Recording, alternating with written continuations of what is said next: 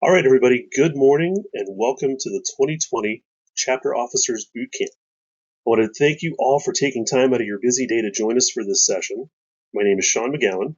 I'm the Director of Member and Chapter Services here at AFCEA International. If you're a returning chapter officer, I know you have seen my name in your email inbox a lot lately. So thank you for reading those emails. If you're a brand new officer, just wait. We got a lot of information to share with you today, so we'll get started in just 1 minute. A couple of administrative notes, though. We've left time at the end of the boot camp for a Q&A on all the topics we've discussed today, or anything else you may have a question about. We'll also have a separate Q&A during the session after our discussion on virtual events. Our CIO, Jim Griggs, will be online and monitoring the chat for any questions about technical difficulties. For the most part, the typical IT solution works here. So if you log out and log back in, that will typically fix all connection issues. If you do have a problem, though, that we're unable to resolve, rest assured a copy and a recording of this bootcamp session will be available at least by early next week on the bootcamp page. Now, without further ado, I'd like to introduce Tina Jordan, Vice President for Membership here at AFCEA International. Tina will give you a big picture look at what to expect from bootcamp, and then give an overview of AFCEA, where we are, where we're going, and how we can all work together. Hi, thank you, Sean. And thank you to everyone for taking time out of your day to join us for our second annual virtual boot camp. Sean has put together a great day for you today. We know you're busy and we appreciate you taking time to learn more about being an AFCEA officer. We don't take it lightly that you've taken 2 hours out of your day to spend with us, and we hope to use your time wisely and provide you with valuable information. We will throw a lot of great information at you today over the next 2 hours. And as you can see, the bootcamp link has already been provided in the attendee chat window. So you'll have the resources that you need after this session. Speaking of the attendee chat section, please do not use the arrow in the upper right corner for submitting questions. Instead, please use the attendee chat section for your questions. You will not be able to see other attendees' comments and questions, but we will be able to see them, and we hope to answer all of your questions, as Sean mentioned at the end of today's session. To give you practice and to see who we have with us today, please go now to the attendee chat section and let us know where you are located, where you're joining us today. It's also really fun to see where everyone is. We transitioned the bootcamp to virtual last year to enable chapters from around the world to participate. It turns out we picked a really good time to do this, since almost all events are now virtual. Bootcamp is designed to be the resource for new chapter officers to leverage when they start their volunteer role. The bootcamp website pulls together all of the existing resources and chapter officer training materials into a handy one-stop shop. We send a link to this page to all new chapter officers in their welcome email. And again, we provided that link in your chat window, in the attendee chat window. Returning officers taking part in today's session, please help reinforce that the bootcamp resource is available when you're welcoming your new officers to your team. A little later in this session, Sean and the Member Chapter Services team will go into a more in-depth overview of bootcamp and the most important things for new chapter officers to know right away. We are pleased to have Terry Rogers and Heather Jones from our events team joining us today. They will be sharing the challenges and concerns they have encountered as they've worked to transition AFCEA International events from in-person meetings to virtual environments. Our CIO, CTO, and VP Jim Griggs will also share some technical information about virtual meeting platforms and solutions chapters can leverage to host virtual meetings. Finally, we'll talk later about volunteer management and how it differs from working with paid employees. And because I lead membership, we'll do a quick overview of the AFCEA membership and some things you can do to increase your chapter's memberships. First, though, I'd like to give you all an update on AFCEA International. It's a great time to be an AFCEAN. I say this every year, but things keep getting better. Obviously, with COVID-19, that's changed how we do things and has presented unique challenges. But I have been so impressed by how AFCEA International and so many of our chapters have adapted and innovated. We continue to provide valuable content to our members and to stay relevant. Our members need AFCEA now more than ever. Since they do not have face-to-face opportunities to network, AFCEA is still helping our corporate members get their messages out through our corporate directory. Offering virtual events is allowing members in different regions to participate in AFCEA events that they would not normally be able to participate in. This is a positive change and just one of the ways that we will emerge from this COVID-19 pandemic as a stronger association. So let me take a moment to review 2020 so far. The fiscal year started out great. Membership growth was steady through the first 2 quarters, and at the end of March, our corporate membership number had topped 1,700 for the first time in years, with a total of 1,703 corporate members. And individual membership was at 32,496 members, which was at least a 4-year high. Membership revenue was doing great as well. We are exceeding our revenue goals and increasing the positive variance every month. Then COVID-19 hit. In retrospect, we were very lucky to get West in before things shut down. That, along with some other financial decisions over the past few years, has AFCEA in about as good a position as could be expected, considering the current environment.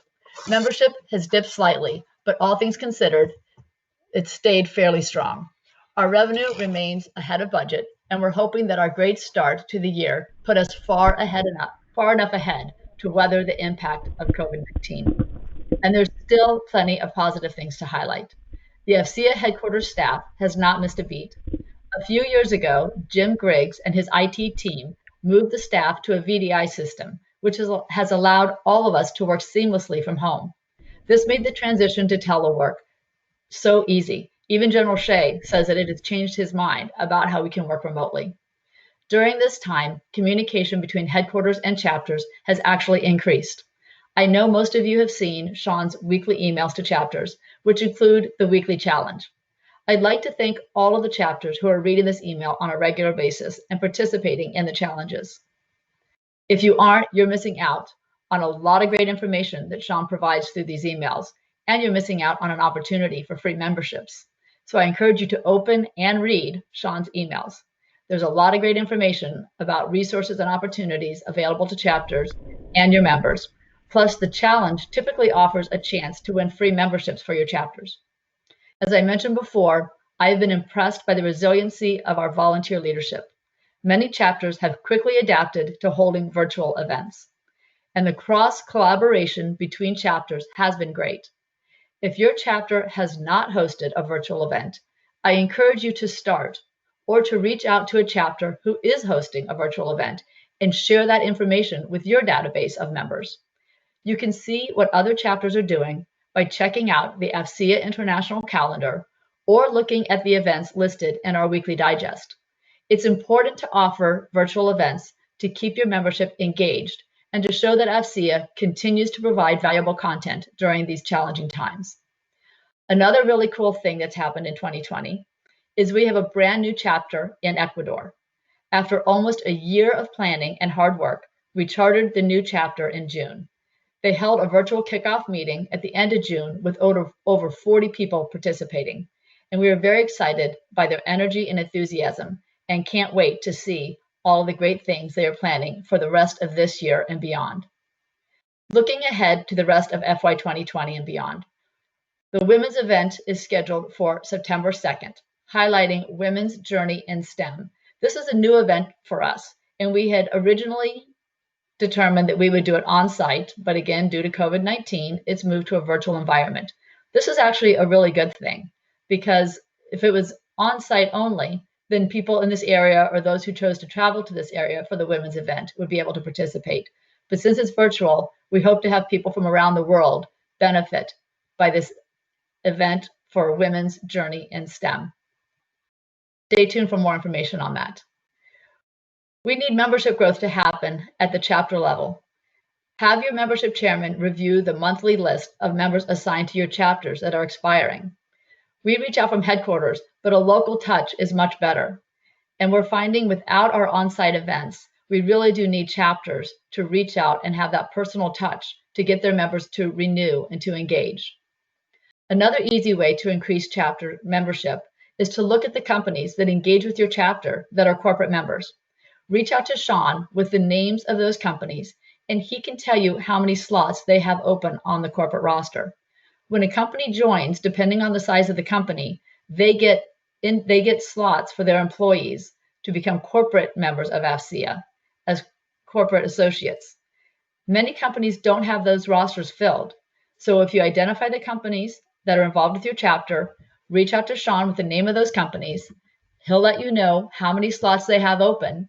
And then you have a local person from your chapter reach out to that company rep who's involved with your chapter and tell them how many slots they have open, and they can fill them at a local level.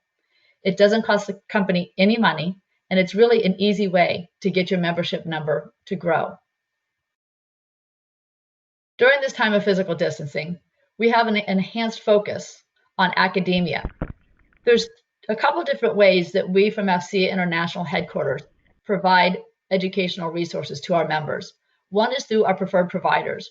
If you go onto AFCEA's website and look under the education section, you'll see a listing of our preferred providers. They are American Public University Systems, the Sands Institute, and Montreat College. These three academic institutions of higher learning have been identified by the national security agencies as centers of academic excellence in cybersecurity. They offer AFCEA members a discount to their classes and their certification programs and their degree programs.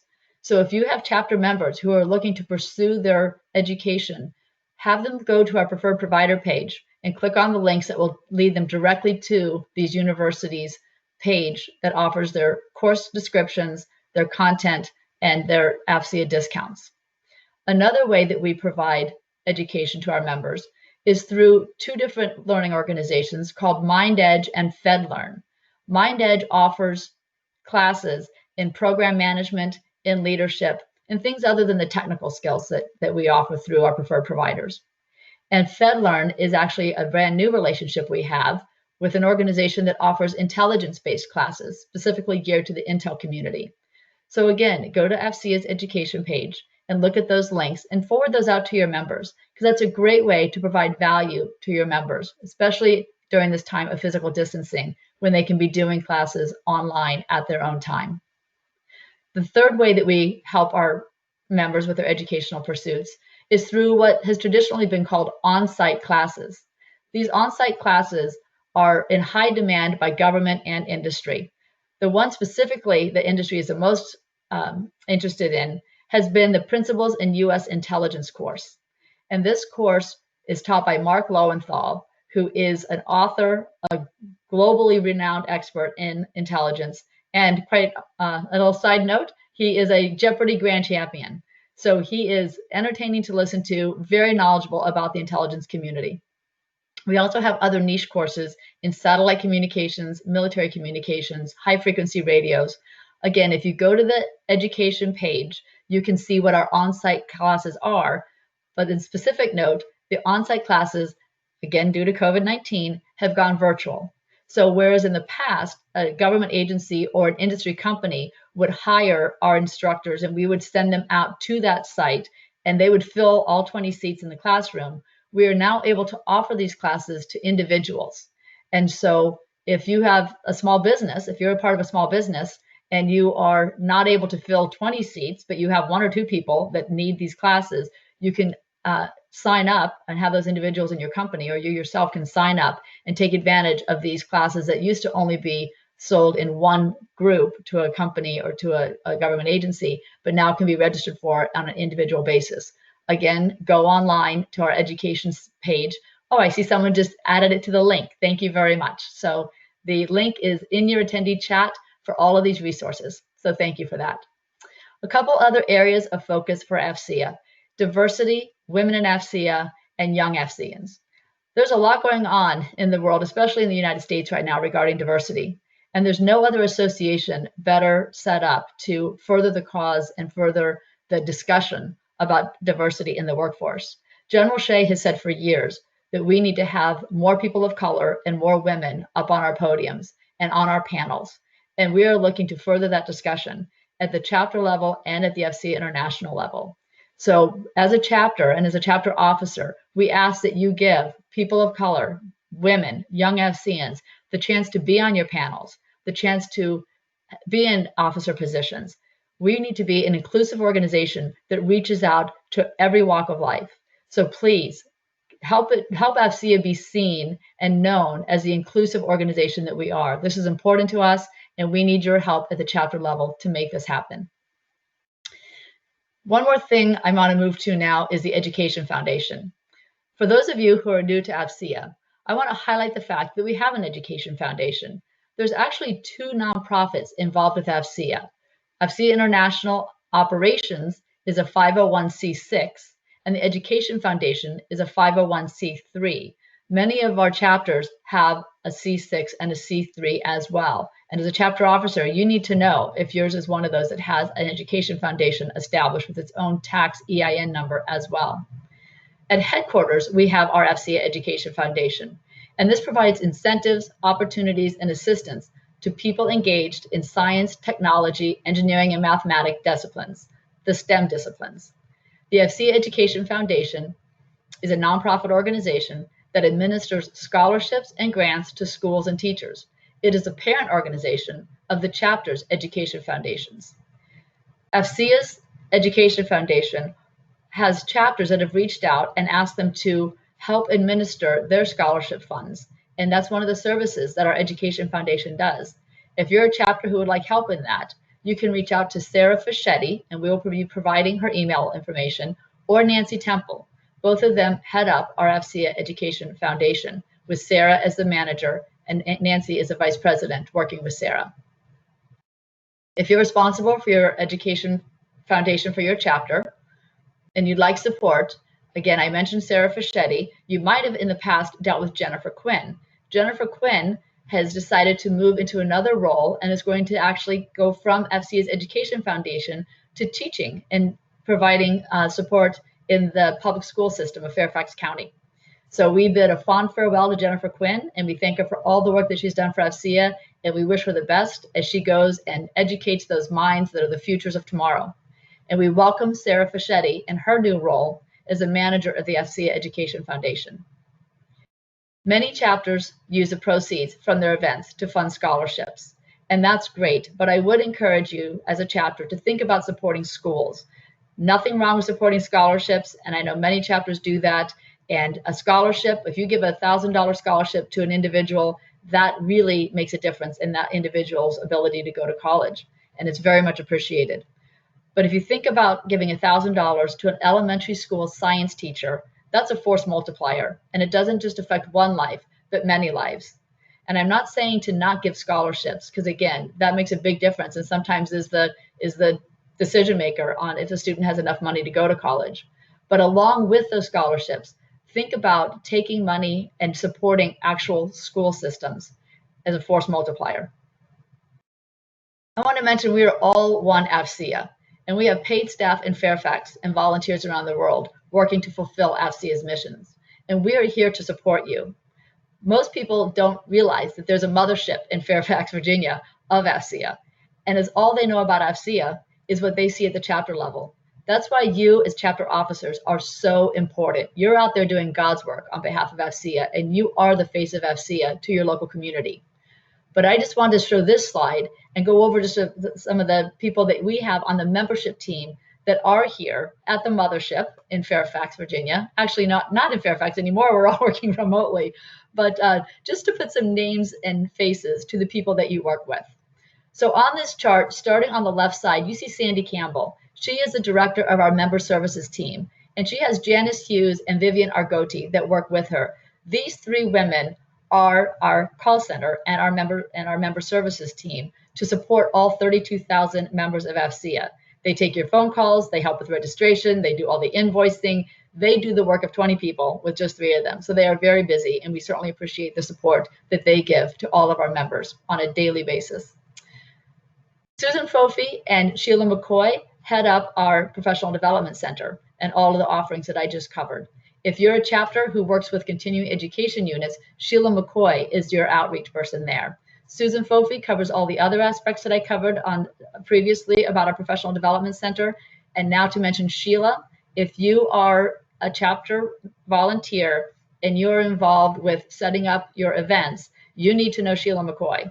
Sheila works very closely with GIAC and CompTIA and our other certifying organizations. And what happens is either AFCEA International or chapters, when they have events, send abstracts from what the speaker is going to be talking about to Sheila. And she is well versed in working with these organizations to provide them the abstracts and the content information for them to make a decision if this event should be covered and this session should be covered for continuing education. That is a big draw to many people attending AFCEA events. Sheila McCoy's email address, if someone could just show that in an attendee chat, we'll get that out to you. And you should reach out directly to Sheila McCoy to work with her on getting your session approved for continuing education. She's a miracle worker and can do things on short notice, but I would highly recommend that you work with Sheila well in advance so that you could use this for marketing. A session that is identified for continuing education brings in a lot more people to attend the event. And Sheila just does yeoman's work on doing that. So work with Sheila. Continuing education, another benefit that AFCEA provides to its members, and another great person that we have on staff. Next along the top is Shantae Russell. Shantae heads up our industry team, which includes Elizabeth Moon there on the right. Elizabeth heads up our small business programs, as well as Kathy Mineta, Laura Allen, and Brenda Puck. And Kathy, Laura, and Brenda do a lot of the outreach to our corporate members for renewals, for engagement, and for win-backs, bringing companies who've been away from AFCEA for a while and getting them back in. And they do a tremendous job. Elizabeth just had yet another virtual event for our small business members yesterday, and it was outstanding. She works with our small business committee and listens to the needs of the small business community and provides webinars to meet those needs. Shantae holds this whole team together and does a lot with engagement for our industry members and working with our sustainers, our large members, all the way down to our small consulting members to help them leverage their AFCEA membership. You all know Sean and you all know Susan. Sean, anything you need as a chapter officer, Sean is the man. And so he's who you go to. And Susan works very closely with Sean supporting chapters. She also manages our awards program and Women in AFCEA. Supporting them is Keisha Watson and Raleigh Levitt. Keisha works with Sean and Susan in welcoming all of our new members and sending out packages to our chapter officers, sending out certificates, and meeting the needs of our chapters. And Raleigh heads up our Young AFCEAN program. She's fairly new to the team, and she splits her time with our Intel division, working on Intel events, but also supporting the future of AFCEA when it comes to our Young AFCEANs. So those are the names and faces of the people that make up the team that supports you. So here's some things that your chapter can do to help AFCEA as a whole. One is membership growth. We've already covered that. Work with your membership lead. And if you don't have a membership lead at your chapter level, I highly recommend that you get a membership lead, because membership is the future and growth is the future of AFCEA. So please identify somebody to be responsible for your chapter for membership growth. Another thing that you could do to help AFCEA as a whole is to protect our brand. AFCEA has a very strong brand in the community. We've been around since 1946, and we are known for our ethical high standards. So keep that up in your local community. Third thing is to apply for the Model Chapter Program and the Model YAC Program. Get your goals in. Sean sends out emails about when the chapter goals for the Model Chapter and the YAC Model programs are due. Submit your goals. Work towards those goals. And at the end of the session, at the end of the term, let us know how you did on those goals. And then we get to honor you at our event where we honor all the Model Chapter winners and the Model YAC Program winners. Another thing is to meet the governance requirements, and Sean will touch on that in just a little bit. But before we go any further, I want to go to the attendee chat session and look at where we have people joining us from. I see many of you took advantage of the opportunity to practice the chat window, and here we go. San Diego, Hawaii. Oh, Jeff, you are waking up with us this morning. Welcome, and I hope you're enjoying your morning coffee. It's very early in Hawaii. Aberdeen, New Park, Pennsylvania, Tampa, Florida, Springfield, Virginia, Fairfax, downtown San Diego. We look forward to seeing you at West. Temecula, California. Phoenix. I'm a Sun Devil. Arizona State. Go Sun Devils. Let's see. Tucson. Bear down. Atlanta, Georgia. Peoria, Arizona. Northern Virginia.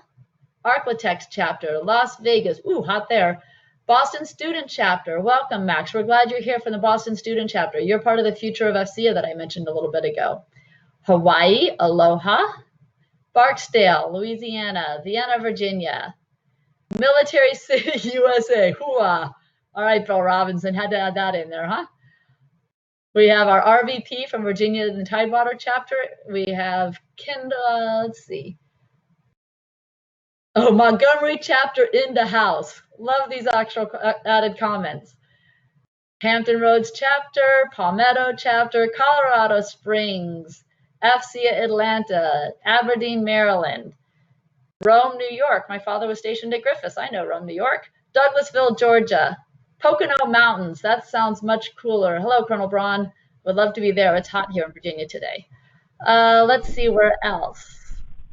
Nancy. I mentioned Nancy. Nancy's on from AFCEA headquarters. And I mentioned Nancy in conjunction with our Education Foundation. Welcome. Ashburn, Virginia. AFCEA Hawaii. We have a few people waking up with us today. Thank you. AFCEA Nova, Fort Gordon, San Antonio, Texas, Oahu, another Alamo chapter, Low Country chapter. Let me see if I have any other locations. I think that's it. I'm scanning down. Oh, greetings from Ecuador. Welcome, Maria Dolores. Welcome, the president of our Ecuador chapter. We're glad you're with us today.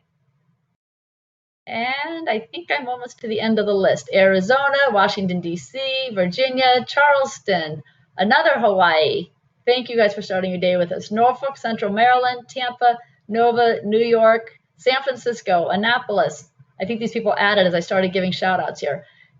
Central Maryland, Fort Meade, and another Central Maryland. Okay, so good morning, good afternoon. I don't think we have anybody who I can say good evening to, but I will say good evening actually to General Staudacher because he's up next. General Staudacher is a Major General, retired, and he is our VP and GM for AFCEA Europe. And we've asked him to come online today and share with us an update from AFCEA Europe. So, sir, I'm sending it over to you. And thank you and good evening. Thank you for joining us. Thank you very much, Tina. Hi, everybody. Greetings from Europe. And I'm Erich Staudacher, and I would like to give you a very quick and short glimpse on the situation in Europe.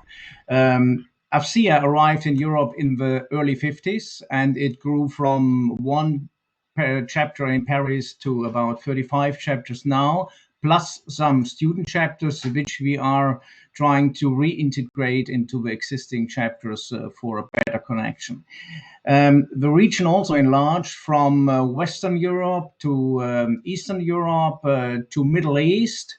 The A stands for Africa. Right now, there are no, let's say, ideas or intentions to create a chapter in Africa, but who knows? And I'm really looking forward. These 35 chapters are really special, and they are located in 29 countries in Europe and Middle East, of course.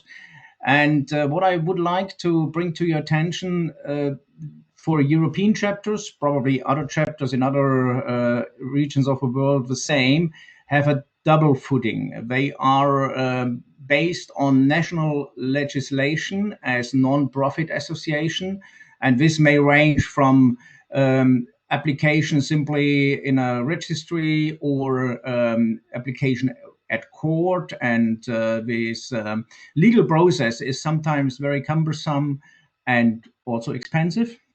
And that's important, the affiliation with AFCEA. So aligning those two situations legally and mentally is really a challenge for any new chapter and also the existing chapters. I think this needs to be kept in mind all the time, that every change, every request, every new idea needs to fit into these two categories. And as Tina already mentioned, the brand and keeping the brand up and doing ethical things is so important. And we want to keep all chapters being part of this big international family. And so the chapters are happy to be part of this, even if they sometimes concentrate on the local or regional issues. but having this big international background is making them special in a landscape where you have so many different and competing associations. I just mentioned 29 countries, so many different languages, different mentalities, different attitudes, and also a different approach in the day-to-day operations. And all this gives a mix which I really, let's say, be proud of or happy to see. And it gives us diversity and it gives us innovation.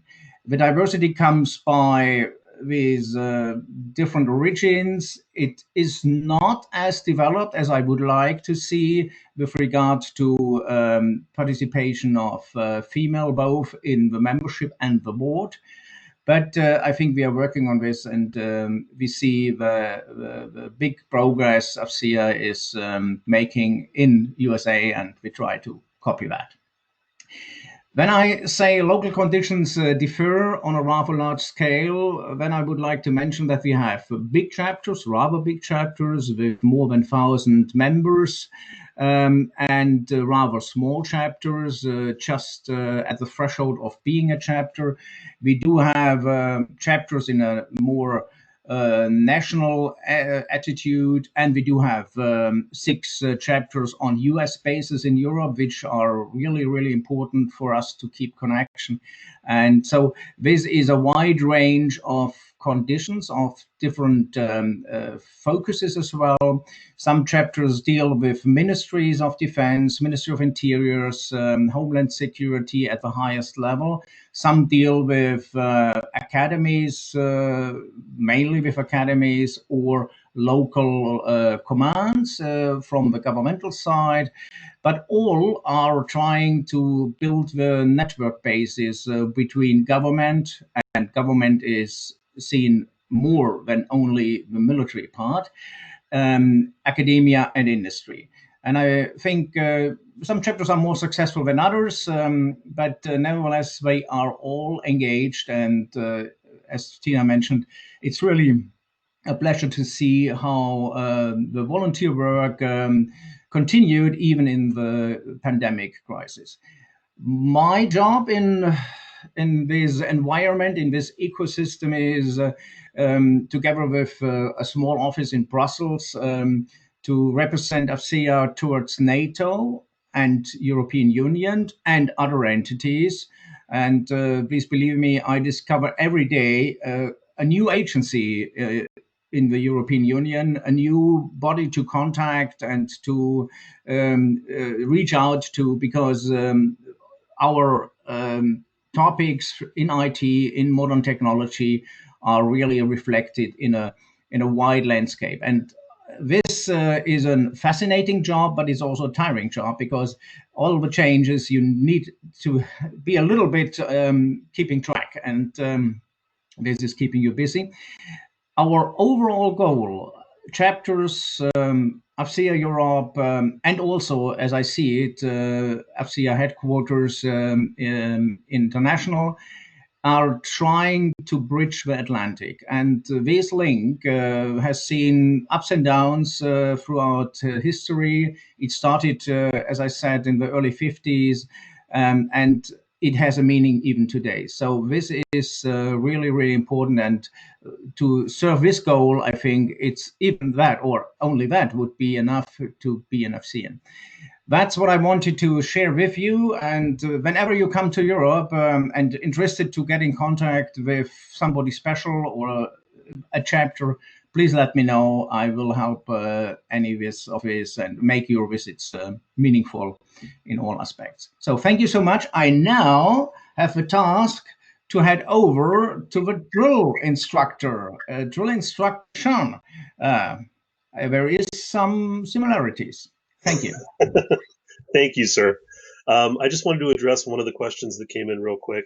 There was a question, do we have a chapter in Prague or the Czech Republic? And we absolutely do.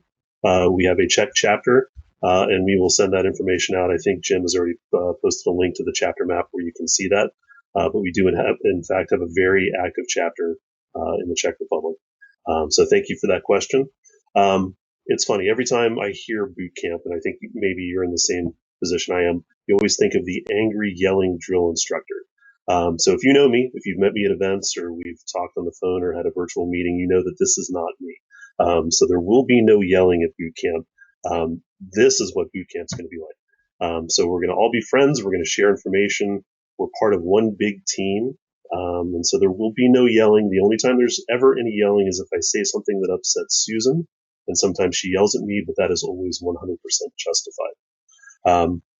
So before we get into all of the important information that you need to know as a new chapter officer or a returning chapter officer, maybe in a different position, we want to talk a little bit about virtual events. So we're really lucky to have Terry Rogers and Heather Jones with us from the AFCEA International Events Department. Like everyone else, COVID-19 has hit, and headquarters and I know chapters have been focused on trying to pivot from doing in-person events to doing virtual events. There's a lot to learn. There's a lot to discuss about this. And so I'm really happy to have Terry and Heather joining us, and also Jim Riggs, our CIO. We'll talk a little bit later about different platforms, different technologies that are available to chapters to leverage to host virtual events. So with that, I'd like to pass it on to Terry and Heather now. Thanks, Sean. Hey, everybody. Thanks for being with us this morning and listening to us talk. It's funny when Sean asked us to come on this and talk about virtual events as experts on it. I kind of laughed because I'd say we're far from experts at this point.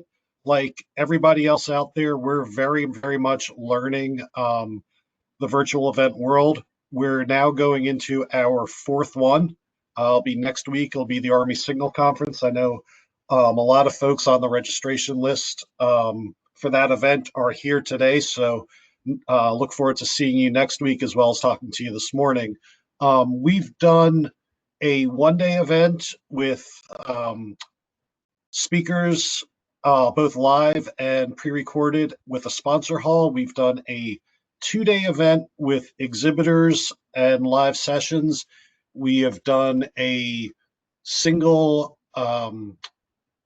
luncheon event, about 30 minutes with some Q&A. And then next week, we're doing a 3-day event that's replacing an in-person event with a sponsor hall, an exhibit hall, and a mix of pre-recorded on-demand sessions and live sessions. So we'll get into all of that. We'll cover it, and hopefully we'll hear back your comments, your questions, and your lessons learned in things that y'all have been doing at the chapter level to help us out as well.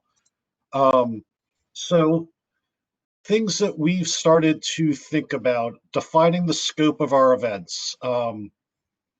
Much like an in-person event, you have to figure out the number of days, the number of hours per day. There's some challenges that we'll talk about in a little bit that go into that are more pressing in a virtual world than they are in an in-person world. Attendee registration fees is another big item that you have to think about. The model for an in-person event on what you might charge may not be the right cost to charge for a virtual event. Same thing with exhibitor fees, your sponsor levels and opportunities, those will probably change. Then there's a big technology aspect of recorded content versus live content and how you're going to present the content, how you're going to bring in the speakers. And, you know, luckily Heather joined me today to talk about things like that because she has become our digital events guru and is the only person keeping me at all sane on what we're doing. So Heather, you're going to be talking quite a bit when it comes to the best way to get the information out to your attendees. I see a question came in, what platform we've been using. Jim, I see you just answered that in chat, and we'll touch on that a little bit later in this presentation. The challenges that we've faced so far, return on investment for exhibitors and sponsors. In a traditional in-person event, obviously, there's a lot of walk-by traffic. When you have a virtual booth, you're not necessarily getting that. So you have to create some way for the exhibitors to see the value in the event. We have some ideas for that we'll cover in a bit. Networking, we don't have a solution yet. It's really hard when you have all-day networking in the hallways at an event, in the bar after the event, at receptions, other activities that are going on. How can you recreate that in an online world? Attention span's another big problem. Probably most people on this boot camp have been working at home, at least in part, for the last 4 months, and you know all the distractions that go along with that. So we've looked at reducing the program, reducing number of sessions, having longer breaks, and then the technical issues and how do you reduce the risk that goes in with a live session. For example, right now I see my internet speed fluctuating quite a bit. It has been throughout this call. And if I were addressing a conference live, I'd have concerns at my own house about how to best support, and I'd probably look at doing a pre-recorded session. So those are some of the things that we've thought about, lessons learned for both our events and talking to some other organizations. Limit the number of hours per day and the number of sessions per day. Whereas you might start at 8 in the morning and go till 6 p.m. at, say, West or TechNet Augusta, that's probably not the right model for virtual events. Being cognizant as we've been here with the different time zones that you're drawing people from too. Something if you're doing an East Coast event or a Central time zone event, starting later in the morning, say around 10 or 11 o'clock. So those folks in Hawaii don't have to wake up at 2 a.m. They only have to wake up at, say, 5 a.m. Is a nice thing to do. And then end at 4 o'clock in the afternoon. You're not going to hold people for 8 hours over the course of a day. You need to build in decent length breaks. People will disengage, check email, do other things that are coming in throughout their workday. So build in some decent length breaks for them to take care of that stuff, but also to visit the exhibitors, to visit the sponsor hall, to use the networking function. And here's our biggest problem. Again, we've done networking through chat rooms primarily on these online events that we've done. They've had mixed success at best. The chat rooms will be busy for a short period of time and then die off primarily after the sessions when people pop in for 5 minutes and talk about what they just heard. So Heather, did you want to talk any more about the networking challenges that we faced so far? Sure. It's kind of along the lines of what you said, and it is hard to promote a networking place, and it does fall on the attendee or exhibitor or sponsor that you have to make the effort to actually go out to each person or company and network with them if you want to. So that's really all I have to say is you have to make the effort, and if you don't make the effort, then you're not going to get the same return on investment. So. Thank you. I touched on registration fees earlier. So things that we've found, I'll just say straight up for the Signal conference that we're doing next week, we discounted the fees from $525 for members and $695 for non-members down to $300 and $400. We felt that was a fair price for an online event that is not going to include the in-person networking, is not going to include lunch, not going to include reception food. So we made that determination. We were saving at the same time the facility rental, the AV, the catering, staff travel, all those ancillary costs. So as we're looking at where we're going to end up budget-wise for that event, even though the model completely changed, we're still looking at meeting or exceeding our budget for that event, which is really nice. And what we found very quickly, we were limited at the Waterford in Springfield, which is the venue we had chosen for that event and where we've held it for the past 5 years, to about 500 people actually in the building at any given time. So we were registering up to about 600, 650, knowing that not everyone would be there for the whole time and there would be flow. Right now, we're just about to hit 1,000 folks for the online event next week. So the whole reach of the event in the online world is much, much bigger. Sponsorship levels and opportunities. It's really tough when you're looking at a traditional sponsorship model for an event do in person. We have people sponsor registration. We have people sponsor coffee breaks. We have people sponsor lunches, for example. Can't really do that so much online. So what we did for the Signal conference is we streamlined the sponsorship program. We have a title sponsor, and then we have one level of other sponsors at a reduced cost from what we might have done on site. And we still have just about a dozen overall sponsors for the event. So that continued to go quite well for us. That's another area, though, specifically that at headquarters level, we need creative ideas on. We don't have the right answers yet for that. So I'm just, again, sharing what we've done, what we've learned, but we want feedback from you just as much as we'd like to share our lessons learned with y'all. Return on investment, this is a big one. How do you provide the deliverables that you provide on site for your sponsors and for your exhibitors? One thing that we're doing for the Signal conference, we gave our sponsors the opportunity to do an extra. Some of them took the advantage of an opportunity to do a pre-recorded video pitch on a specific challenge presented by the Army. We have, Heather, was it 4 companies who took us up on that? Actually 6. 6 companies who took us up on that. Thank you. It's a 15-minute pre-recorded solution to a problem that the Army put out, and that got a good response. We offered that to the sponsors, not necessarily the exhibitors. The exhibitor platform that they were given for that event has a couple of really cool features that Heather's going to talk about in a minute. I'm just going to touch on 2 of the last bullet points. Companies are saving quite a bit of money with the ancillary costs of attending an event in person. Their staff travel, hotel per diem, shipping materials, etc. So what Heather mentioned earlier, it's up to the attendee, it's up to the exhibitor to help drive traffic. Encourage those virtual exhibitors to engage in the networking rooms that you provide in a virtual event, drive traffic to their booths. Something as simple as a $5 or $10 Uber Eats gift card or something like that, to replace the giveaways that they do at the booth could really make a difference in terms of incentivizing people to visit their booth. The other thing that we're doing, I know there's a few people online today that attended the Land Warnet conference.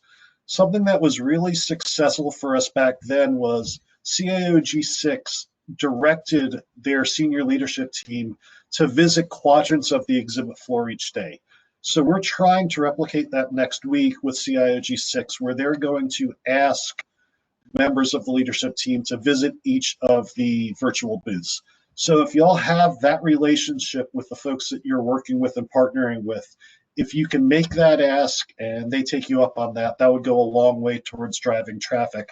Then Heather, back to you on any other things you want to touch on providing ROI for the exhibits and sponsors. Yeah, just kind of following up on what you said is we haven't really found the best way to give the ROI to exhibitors and sponsors, and most platforms that I've researched and the one that we're using for our event next week, the basics that we can give them are a page that offers a networking room, a place where you can upload videos, any white papers that they have, and also kind of a virtual trade show booth where you can enter in like a fully live, both attendee and sponsor representative can speak. That's all we've actually found so far. So we would love to hear any, examples or suggestions for how we can increase the ROI, because I don't think we've, found the best one that we can offer them. Heather, a question just came in. Virtual booths are like separate rooms in Zoom. Can you go into a little bit more about the actual construction that we did for George Mason and for Signal Conference on the virtual booths themselves? So, yes, the virtual booth for George Mason was exactly like you said, a Zoom room. where you enter and anybody can speak. And for our Signal conference next week, that is essentially the same thing, except they also have their own page where they have a chat function as well. So you don't have to enter their virtual video room. You can just chat with them through text. So it's a little different, and it offers, depending on which platform you use, you can offer different levels of networking capabilities. I'm not sure if that answers that, but I hope it did. Nancy, if that didn't answer your question, just put in a follow-up message on the chat and we'll see if we can answer that a little better. Another comment that just came in, several of our regular sponsor companies have a no spend, no attend policy right now. Yes, acknowledged 100%. That's a challenge that we're facing as well. That's one reason that we did reduce the sponsor fees and the exhibit fees significantly versus the in-person events, to, try to help bridge that gap. But when you're in an absolute no spend policy, we get it. We've had to make some tough decisions on how that will affect companies who participate in our sold out events. TechNet Indo-Pacific, TechNet Augusta, for example, that now, thankfully, both of those have been pushed out to January and March. We were able to get new dates for those. But had those events gone in August or in October, what would we have done for those companies who were mandated that they couldn't attend? Somebody else took their booth, and then they lost their priority points for getting their booth back for 2021. And we hadn't yet fully answered that, quite frankly, when we got the new dates to go ahead and push them out to calendar year. So, acknowledged 100%, it's not an easy solution, but we do hope that getting people in the virtual world allows folks to attend in at least some fashion. And, if you have to make exceptions for some of your longtime supporters and let them in at an extremely reduced or even no cost, that's certainly understandable. Jim, I see you popped up on the video feed. Did you want to add something? Yeah, actually, to an earlier question, just the question of booth usage for exhibitors. One of the things that we did at George Mason was allow the exhibitors themselves to choose their own platform. Quite often, the preferred platform for us may not be the one that Cisco wants to use, for example, for their virtual discussions, or one of the other companies that are providing a virtual experience. So in this virtual world, it's all just a link away. You can link to a WebEx room, you can link to a Zoom room, you can link to a Jitsi room, you can link to GoToMeeting. That's one of the nice things, is the tool doesn't have to be the same for everybody. Although it certainly makes the experience for the attendees easier. Certainly some companies would prefer to have their own room.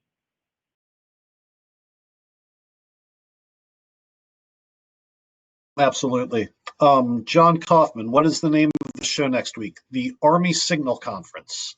If you Google AFCEA Army Signal Conference, it'll probably be the top hit for you. Rick Lipsey, would International consider comping a small number of admissions to upcoming virtual conferences? Yes, we will.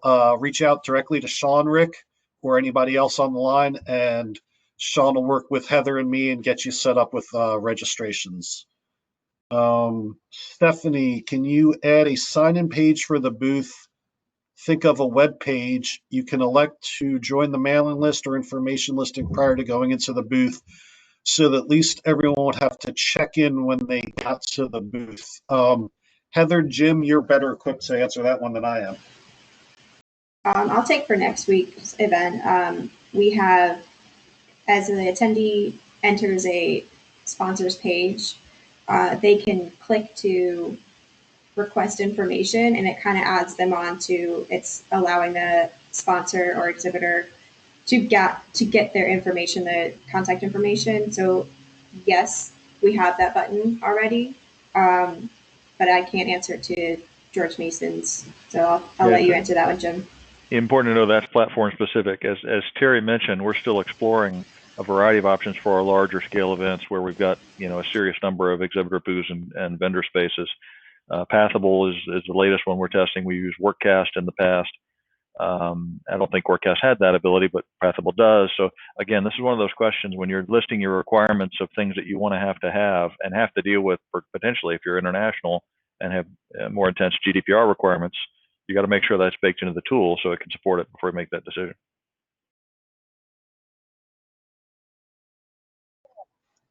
And next up, and I'm skipping ahead to some questions. I saw them coming in. I thought they were relevant before we moved on. I think this one's really for Jim. It's from Sean Holbert from San Francisco chapter. Have you looked into VR/AR technology for conference and summits? Yeah, that's interesting. There are virtual hosting platforms that are heavy into that space that are trying to get you into an engaged, immersive experience where you're in person. I got to be honest with you, though. I can imagine teaching, 5,000 people how to actually use a VR headset, get it on, engage with it on their phone. It's not easy. It's actually very difficult just to get them into a Zoom room, frankly, and get them to do it correctly. So I cannot imagine a large audience having success with that. Maybe in a smaller event, a small AFCEA event or something like that, where folks are more familiar with the technology, that would make sense. I do like the immersiveness of it. The problem I see there is the difficulty of just getting the audience to be able to use the tools and use them effectively.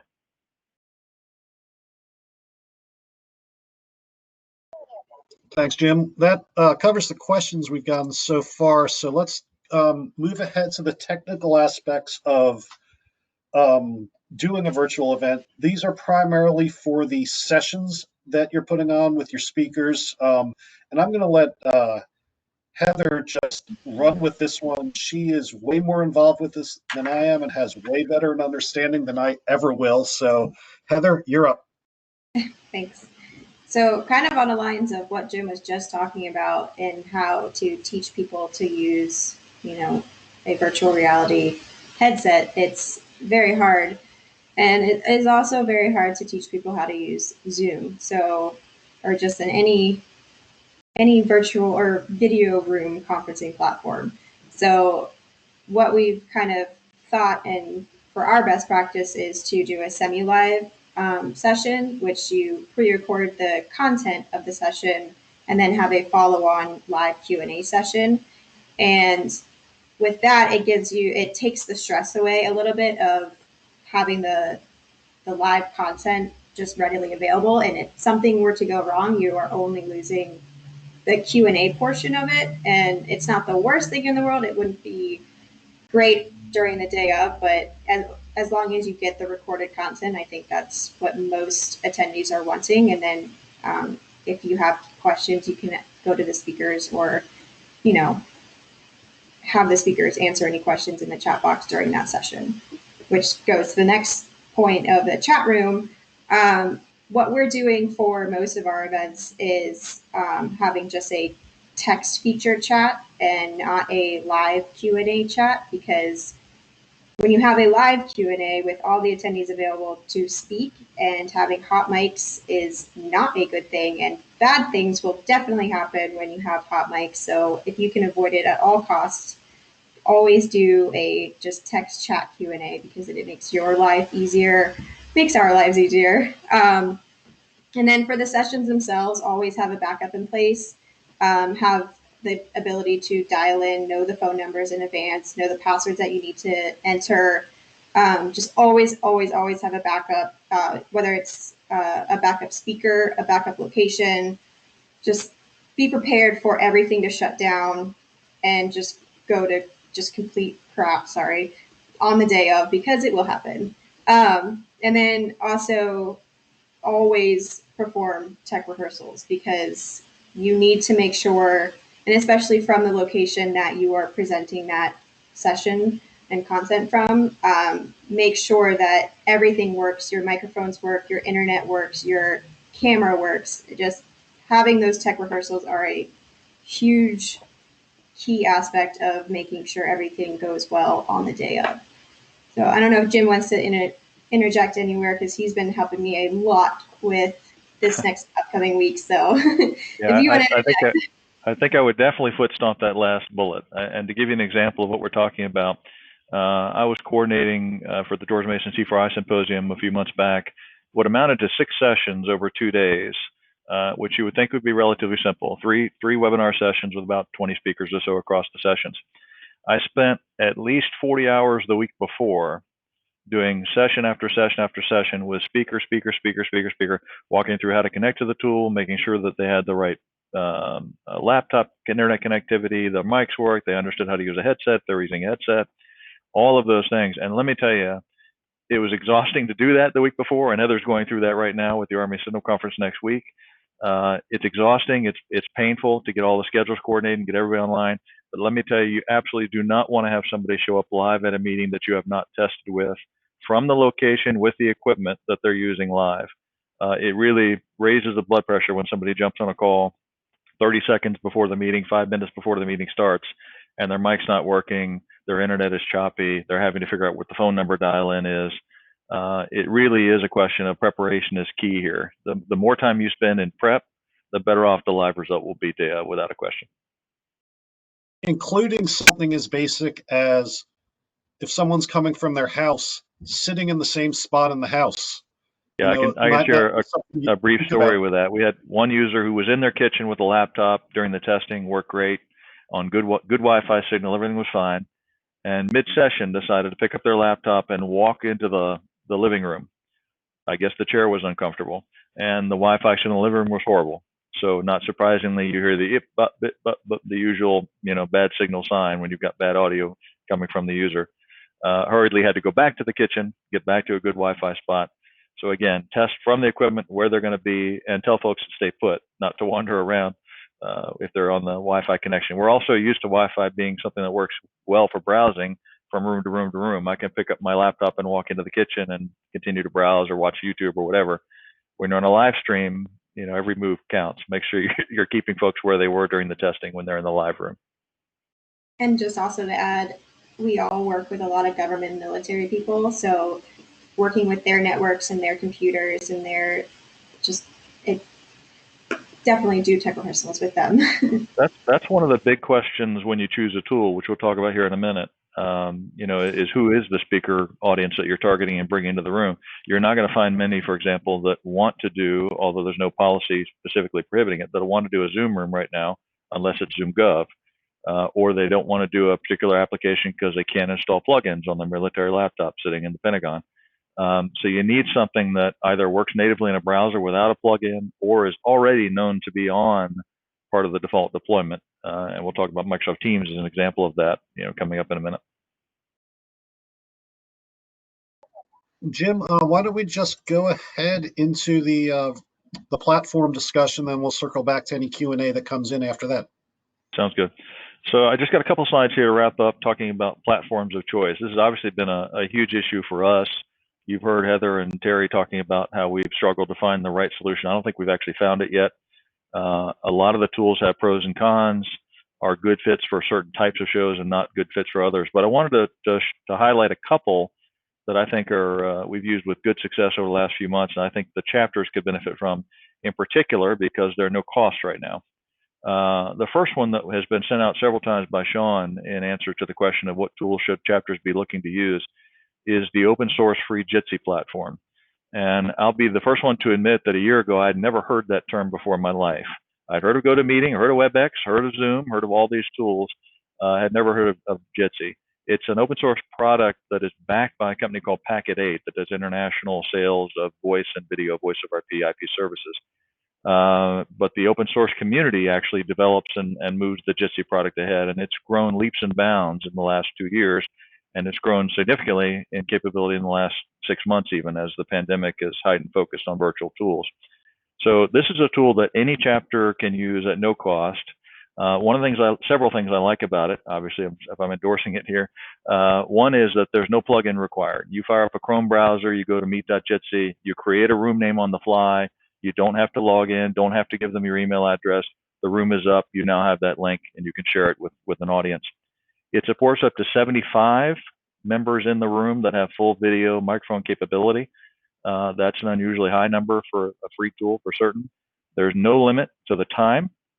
So I can have a 12-hour meeting if I want to in Jitsi, and as long as my internet stays stable during that time, I'll be fine. And I want to talk a little bit about how you get to an even larger audience with the Jitsi platform. This is something that's come up a few times because people often ask the question, well, can I do a 200, 300 person luncheon in Jitsi? The answer is yes, you can, in fact, up to thousands, because Jitsi supports the ability to link to YouTube with what's called a stream key.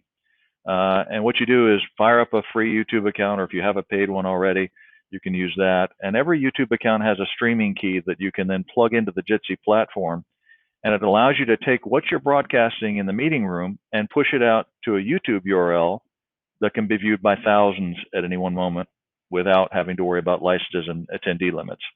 So if you had a group of 10 people in a Jitsi room, for example, that were doing a very big panel session, those 10 people could be seen by 10,000 on the internet live. The only hiccup there, obviously, is those casual viewers on YouTube are not in the platform, so they're not chatting you, they're not engaging with you back and forth. But something we've also used at some of our larger events, even before virtual became a thing, was email box, setting up an email box for questions for Q&A. So you could certainly broadcast to YouTube live stream a Jitsi session and have in that broadcast a slide that says, if you have questions, send emails to your questions here at AFCEA.org.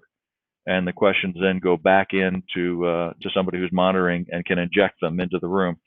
So Jitsi can be great for a small luncheon, can be great for collaborative meetings among friends, family, volunteers, and it can also be very useful for an event that has a much larger scale to it. So it's something definitely worth considering, and especially given the fact that it's zero cost, it's hard to avoid the benefits of that. One other thing that I want to mention with Jitsi is it does do recording. You can record sessions like most tools do. And in our case, because we're international, it supports dial-in numbers in over 13 different countries. So you can dial in from Belgium and not have to worry about dialing a US number, getting out of country in over 13 countries in the world. So it's great for an association that would expect to have, like we do, international participants, especially in a virtual world where there's no physical travel required. At the bottom of the slide here, you'll see a casual mention. I think this will become a bigger deal over time. AFCEA headquarters is moving towards Office 365 in calendar Q4 this year. And as part of that subscription to Word, Excel, Exchange, all of the things that come with that, is the inclusion of Microsoft Teams. So I expect that you'll see AFCEA staff using Teams in a variety of ways, small and large scale events over the next year or so. And I do think, as an observer here watching the trend line, that the government military are moving in the same direction. I think they've realized fairly quickly that Teams is baked into the Office 365 subscription system that is heavily used in DoD and Gov instances. We're seeing a lot of military folks now using that as their preferred platform, especially with the Zoom security issues that arose back in April, steering people off of that platform. And it's not something that you can't get into relatively cheaply as a chapter. They do have nonprofit pricing for Microsoft Office 365 accounts. There are at least 2 or 3 chapters using that already today. And an alternative to that that's growing in popularity might be Google Apps with Google's Meet platform. And the same principle applies there. They have a nonprofit pricing where you can get the Google Docs and Drive suite to store files and everything else. And some chapters have moved in that direction, just given a preference one way or the other between Google or Microsoft. Doesn't really matter. Although I think in our environment, the Teams route is going to be preferable over time, because you're going to see a heavy move to that, I think, in DoD and civilian government agencies over the next year or so, without a doubt. It's quickly becoming the choice for sure. Just looking through some chat before I move on to the next item. Just back up here a second. Yeah, Jim, while you're looking, I'm going to answer that one about government Zoom real quickly. Tara, we did have a meeting with AFCEA Hawaii a week and a half or so ago. We did a luncheon with them, single speaker from his office in PACAF. It worked great. We actually had started using AnyMeeting for that as the platform for it. PACAF requested that we switch over to government Zoom. Jim can speak to the importing of the registration list out of AnyMeeting into Zoom, but overall it worked great. We had no problems at all. We had about 275 folks or so attend that online. Jim, did we have any particular complications in switching platforms midstream?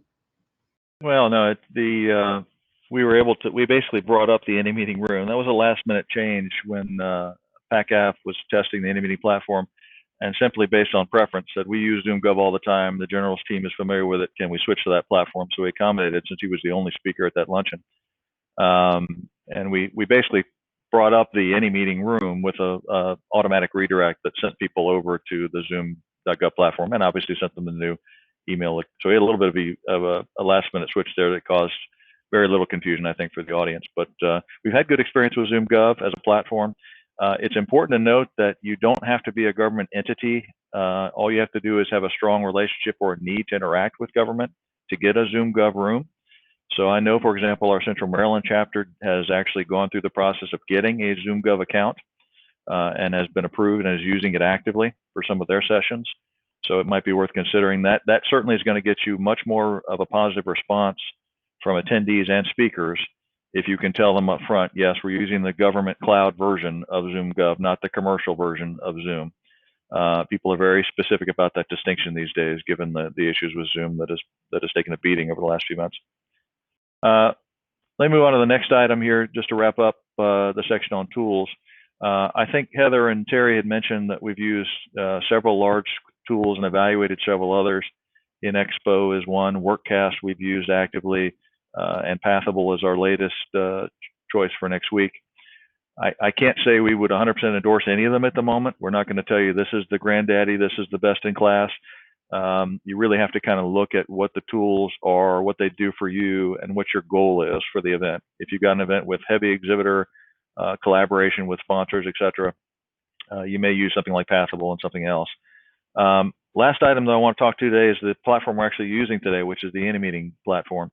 They are also offering, in case you didn't know this, a free 200-person room. Their pro account is free through the end of this calendar year, through December 31st. And I found that over the last few years, we've used this extensively for webinars, small business, and Signal webinars and others. It is probably, I think, the simplest platform for attendees to use, and frankly for broadcasters as well. Has a lot of great features from a standpoint of control. It also works in browsers without having to install software or plugins. And they've got versions that'll do up to 1,000 people in a room for a relatively low cost of $300 a month if you wanted to get a paid subscription to that. So just a reminder that that's an option too, especially for a webinar style session. And the 200-person room is zero cost at the moment. So if you get a chance to look at that and that looks like it fits the bill, that'd be a great option for you. With that, I'll open up to other questions. Sean, did you see anything else that we might have missed? So Jim, at this time we're gonna wrap up on the virtual events because we've got some other things that we need to hit. So what we'll do is we've got a capture of all the questions that have come in on the chat that we weren't able to address, and we'll address those back individually to each attendee. So we will hit those.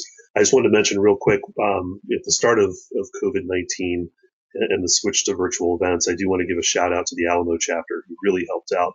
Initially, they had already been doing virtual events, and they did a sort of best practices webinar for other chapters to see how they do things and how they may be able to use those same tools and that same structure to do virtual events. So that was really helpful. We'll share that link to everyone as well. And I want to thank Terry, Heather, Jim. This was a great conversation. It went a little bit over on time, but we thought it was really valuable because obviously this is the topic that everyone really wants to talk about. When we did boot camp last time, we were trying to figure out what our big discussion topic would be, and the world basically just let us know that it was going to be virtual events. So thank you all for taking time to participate today. We really appreciate it.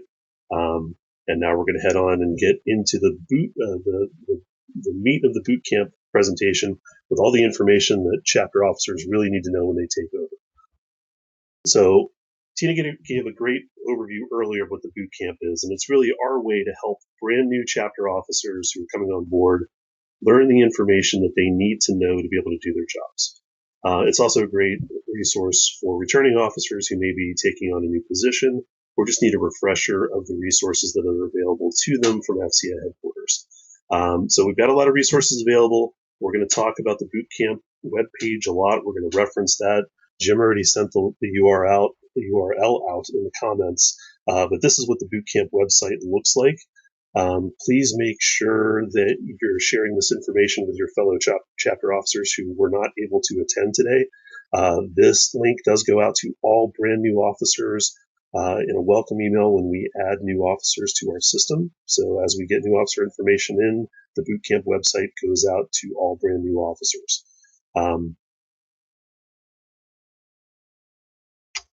And again, so that was the bootcamp website.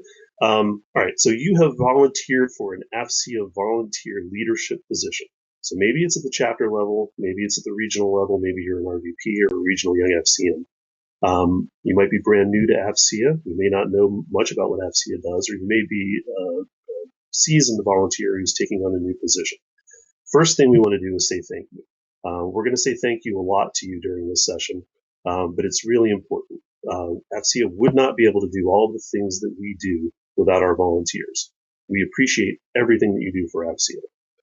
Serving in a volunteer leadership role can be very rewarding, but can also be a challenge if you don't know exactly what's expected of you.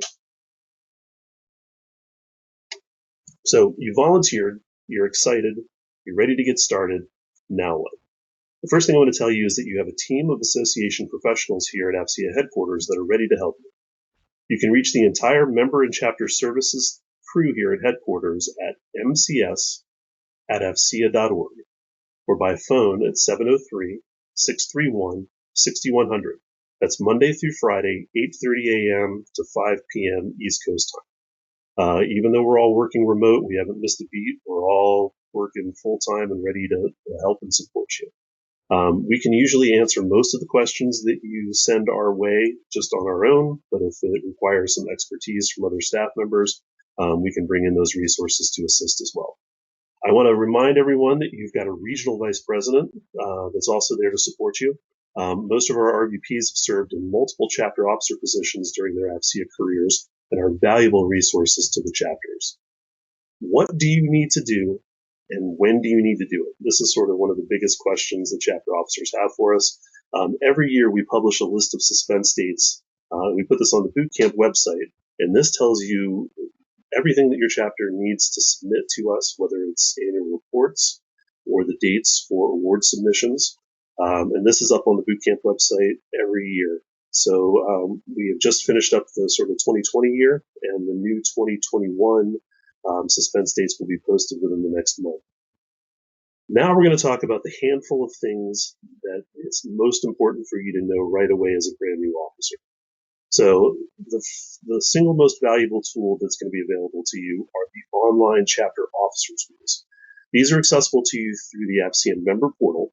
And this is where you can access things like your chapter's membership information, rosters, statistics, and countless other resources. On the bootcamp site, on the page, there's a detailed training video that explains the chapter officer tools and what's available there. A couple of notes quick.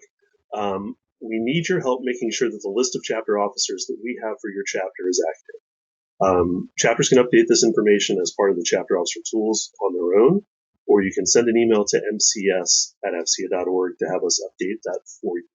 But this is really important. So we need to make sure that we've got the most accurate chapter information on record so we can communicate effectively with you. Those weekly emails that go out to all chapter officers only go out to the folks that we know about. So if you can get that information into us, I would greatly appreciate it. As Tina mentioned, AFCEA brand is really strong. It helps with the relationships that we have with government and military, and it helps those conversations as we engage with those constituents. So again, just please, as you're performing your chapter officer responsibilities, make sure that you're always thinking about how to protect the AFCEA brand. So now, with the help of the rest of the member and chapter services team, Susan, Keisha, and Raleigh, we are going to talk about the most important key topics for new chapter officers to keep at the forefront of your mind as you start your new position. So, chapter taxes and finances. This is really the most important thing that I can stress to you today. If you are a U.S. chapter, you've got filing requirements with the IRS for both the 501c6 or operations side of the chapter and the 501c3 education side of the chapter that Tina mentioned before. If you're an international chapter, you have local filing requirements. It is extremely important. can't stress this enough, that you file all of the required tax forms every year. We have a number of resources available to help you with this. We've got a detailed chapter taxes and finances handbook that's posted to the bootcamp page.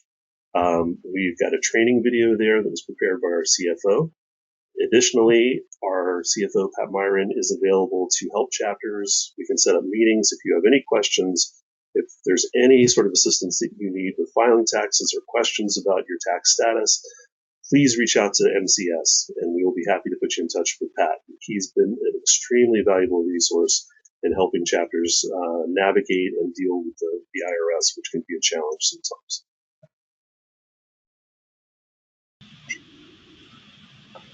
And now I'm going to pass it along to Susie.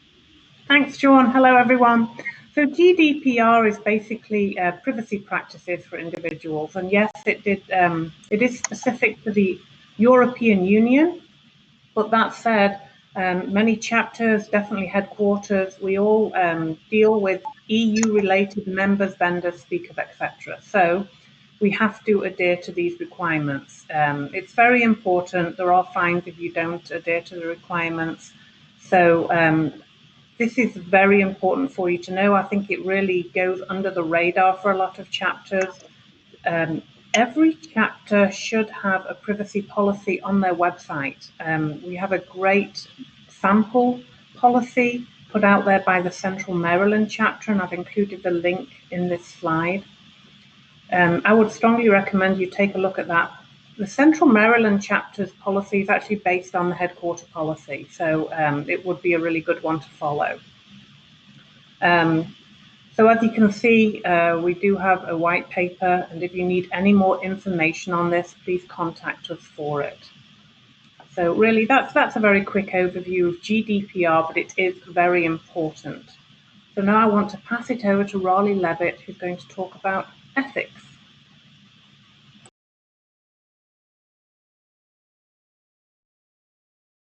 AFCEA International has a code of ethics for all staff and volunteers to follow. This is included in the annual report each year, and we ask that all chapter presidents acknowledge that they have read and intend to comply with the code. It is crucial that we all maintain the highest ethical standard to protect the AFCEA brand. Each individual involved with AFCEA is charged with the special trust to make carefully considered moral and ethical decisions. Not all real-life situations can be addressed in this document, so if you have any other questions, please reach out to any of us on the MCS team. The Code of Ethics is also available to view at the Bootcamp page. Thanks.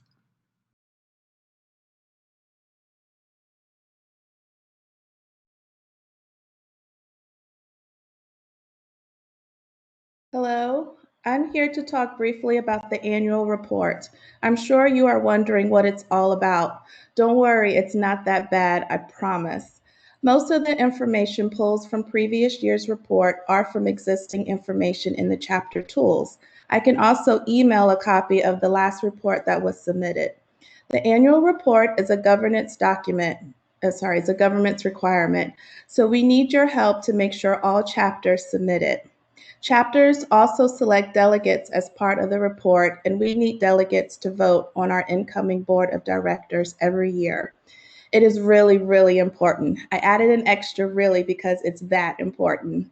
The report is due in March of every year, and we host a detailed training webinar each year to help with the submission process. Thank you.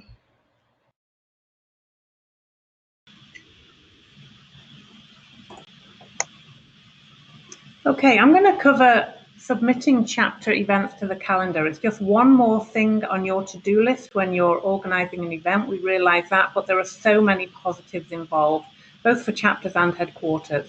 So you gain visibility for your events. It's important you put those events on the calendar as soon as possible.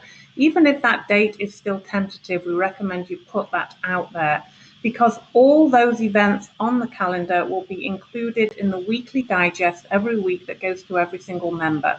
So a lot of free marketing. Another positive, as Keisha mentioned about the annual report, all events on there automatically appear on the annual report. So you do not have any extra work to do on that. Now, if you do forget an event or two, you can submit those retroactively after the event has passed, so that they will still appear on that annual report. But it also helps deconflict with other AFCEA events. So we keep, and Sean really is in charge of this, we make sure that we don't conflict too many AFCEA events. Obviously, we have hundreds of events a year, including all the chapters, but we deconflict as much as possible, particularly geographically, and this has to avoid a negative impact on attendance, etc. The positive for AFCEA headquarters, it shows our breadth and depth to people. It also allows members that are traveling to actually attend an event wherever they are. So a lot of people can live in different parts of the country, and often they'll travel to the DC area, and we have a lot of events going on here, and then they're able to attend them. This last bullet is rather important. Chapter virtual events, of course, can be attended by anyone all over the world. So now a lot of events are going virtual. You'll be able to attend events in Europe, for instance, whereas you couldn't obviously pay your way to do that before. So I would strongly recommend submitting your chapter events to the calendar.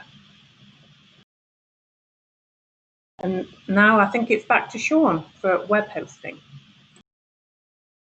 All right, thank you, Susan. I did see one question that came in real quick. I just want to clarify something.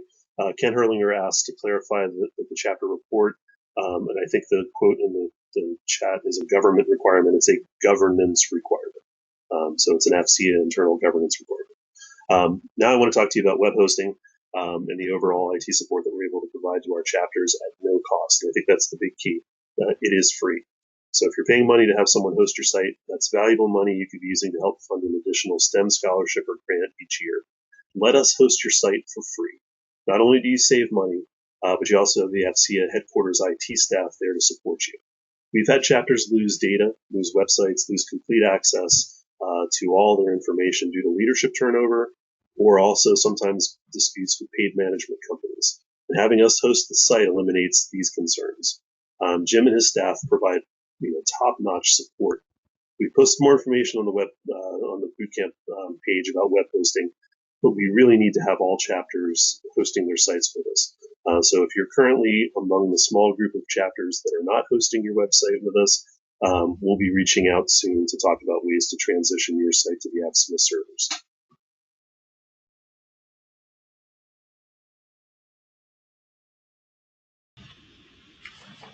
Okay, AFCEA Awards. This is a very quick overview. A lot of you are very familiar with the award program. I will say, though, for generally, this is a very good way to thank your volunteers at the chapter level. So they really do work day in, day out for AFCEA with events, etc. And just being able to acknowledge those efforts with an award goes a very long way. So we have a couple of award cycles. The Young AFCEAN and Women Awards are in the fall. We normally start open nominations in October, and those awards are presented at West in February or March. The AFCEA International Spring Awards nominations are due in March, and these are usually presented at TechNet Cyber in May, June. Obviously, this year it will be presented at TechNet Cyber in December. The Young AFCEAN 40 Under 40 Awards are based on professional career of a member, so rather than volunteerism to AFCEA. These awards are also presented at TechNet Cyber, and we will be doing that in December this year also. In addition to awards, there are recognition programs, and Tina touched briefly on these earlier. We have a model chapter program that covers a calendar year where we solicit goals for the chapter, and then the chapters report out on those goals in a final achievement the following year. And the RVP determines whether their chapter deserves that award. The Model Young AFCEAN program is similar. It's also based on the Model Chapter Award. It does run the fiscal year, and it's really for chapters to encourage chapters to start up and maintain a program based on young AFCEANs at the chapter.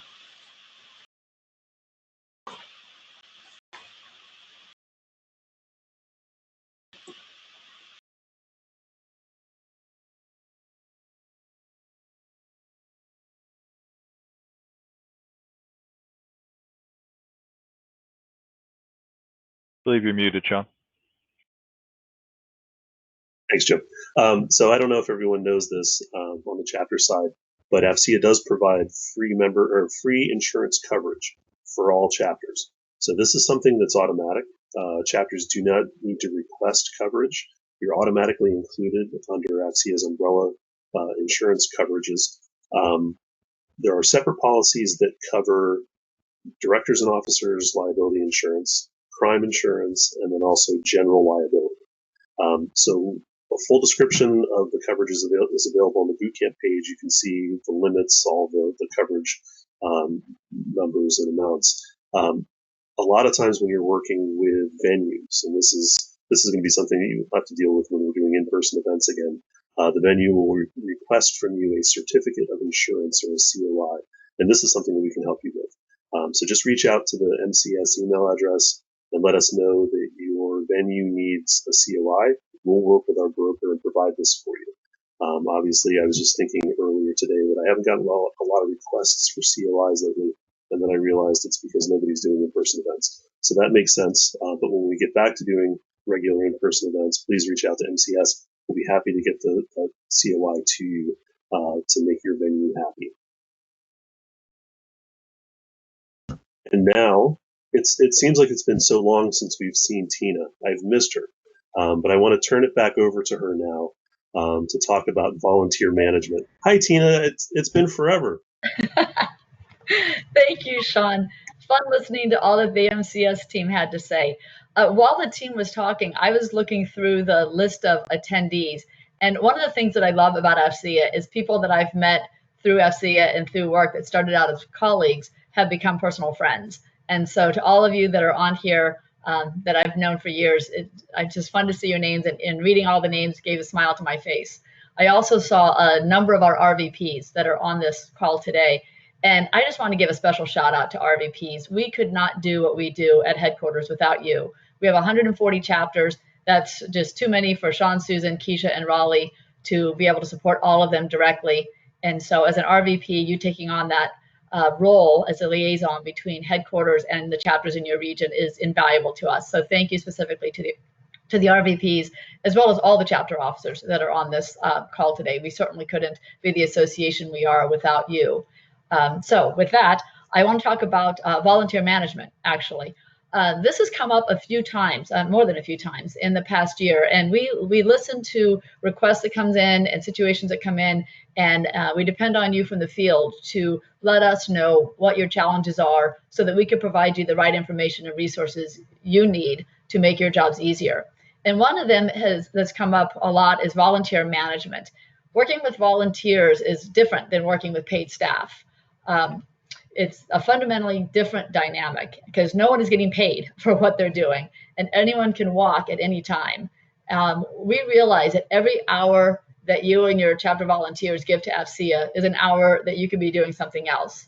And we hope that you as chapter officers realize that about your volunteers that you have on your teams. And we need to recognize and let all of our volunteers know how much they are appreciated.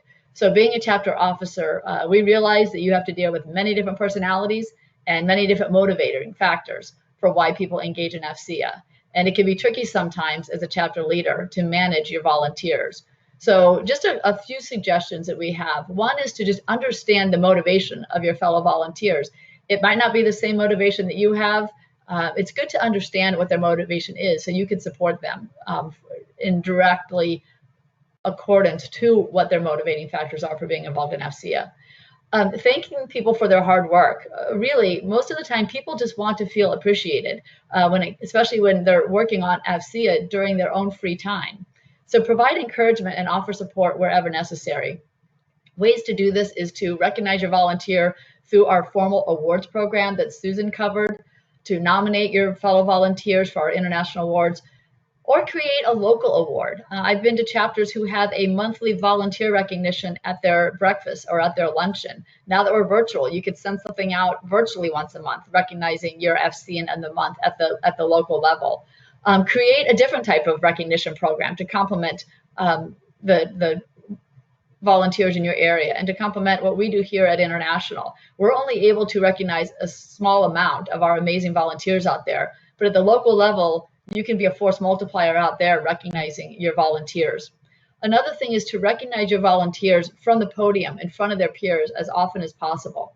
Start out every meeting you have with them, acknowledging that they've given up that time that they're going to spend with you and on that meeting, and thanking them for their time. And again, we also have Signal Magazine, and we have the AFCEA of the month for Signal Magazine. Make sure to nominate your volunteers, submit your volunteers to Sean for consideration for AFCEA of the month. That's another great way to recognize those volunteers. That said, life can get in the way, even for our most dedicated volunteers. And sometimes people have great intentions and they sign up because they really want to do something, but then life just gets in the way. Sometimes our volunteers, as amazing as they are, they get burned out. So every now and then we have to have, as senior leaders in AFCEA and senior leaders in your chapter, we have to have conversations that can sometimes be tough with our volunteers. And when you sit down and have these conversations, again, start out by thanking somebody, start out by acknowledging the great work they've done for AFCEA, and then talk about maybe how they've signed up and aren't able to follow through, and see what's going on, if there's a way you can support them. And then if it's really time to step aside, encourage them to stay involved with AFCEA as a participant, but maybe take a break from their volunteer duties. And sometimes these conversations can come as a relief to the volunteer, because they want to do what's right. They don't want to let anyone down, and they just need permission from you as a leader to step aside in their volunteer role. And I don't want anybody who's volunteered with AFCEA to ever feel like they've been kicked to the curb. So it's a very difficult conversation, but let them know that it's okay to ask for help, and that it's okay to bring in other people to support them and come alongside them, and maybe invite them to be in a mentor role if they've been a long-standing volunteer. Again, these conversations can be tough, but I would recommend that you be compassionate, and I would recommend that you be direct and come from a place of understanding and encouragement, and come from a place of the volunteer and you want to do what's right for AFCEA. So it's not fun, but being sensitive and just having an honest conversation can go a long way. But again, that's a very rare occurrence. Most of the time, it's just a matter of encouraging our volunteers, thanking them, recognizing them, and letting them know that they are appreciated by you as an individual, by your chapter, and by AFCEA as a whole. So I think that's all I wanted to cover on this subject. I hope that gives you some ideas. If you have situations with volunteers that you need help with, reach out to Sean or to myself. We've had some difficult conversations. We also have a lot of ideas on one of our favorite things is recognizing those volunteers, and certainly appreciate the work that they're doing at the chapter level. So with that, I'm going to turn it back over to Sean, and thank you for your time. Thank you, Tina. So since we are, as part of the membership department with AFCEA International, we could not let boot camp go by without a discussion about membership.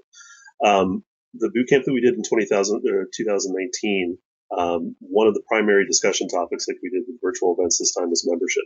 So that session has been archived. It was recorded. I encourage you to take a look at that, and if you weren't able to participate last year, and see a really detailed discussion about membership. But I want to give a couple highlights here, since we are focused on membership. So at our core, AFCEA is a member-based association, and our primary focus is providing value to our members. And I think sometimes at the headquarters level and at the chapter level, we get so preoccupied and wrapped up with events that sometimes we sort of forget that our mission is to bring military, government, industry, and academia together, and to provide value to our members. So because we are a membership association, growing our membership base is obviously extremely important. So events and programs should be focused on bringing value to members. And there are a couple key strategies that we're going to talk about when it comes to membership. These are recruiting and retention. So you can do really well at one and maybe drop the ball on the other and not see membership growth. So if you can focus on both recruiting and retention, that'll allow your chapter to grow in a much more significant way. We talked earlier about chapter officer tools. I definitely encourage you to become familiar with those and leverage the membership resources that are available there. There's full membership rosters available, and also stats showing things like new members by month, members that are eligible to renew, and also members that are getting ready to expire. So this is all good information to have, and it's a good topic for your chapter board to discuss different strategies for reaching out to new members to engage them, and also reaching out to members who are coming up for renewal. We also want to talk more about member-only value and content, and we'll get to that a little bit later as well. So everything that we're doing should be focused on providing value to our members, and that's a key thing to keep at the forefront. So I'm going to turn it over to Susan now, who's going to talk about individual membership. Thanks, Sean. So let's advance this on one. We're going to just hit on recruiting and retention that Sean did a quick overview on. Here are many ways that chapters can help to recruit and retain members. So promote membership from the podium at your events, have a membership table at your events, and make sure you man it with a volunteer who has a laptop. That laptop enables them to use the Express Join online application. This is an application that literally you can sign someone up in 30 seconds. It's incredibly quick and easy. Strongly recommend you reach out to me or Sean if you're having a chapter event and wish to utilize that. When you're building your event, we strongly recommend member versus non-member registration fees. We also recommend thinking about member-only events and if that would work for your chapter. And lastly, Keisha Watson in our department talked about promotional items. So be sure to request promotional items for your event from AFCEA headquarters. Now, retention, of course, is just as important, and we give you the tools, or we give you access to a real-time roster in the chapter officer tools.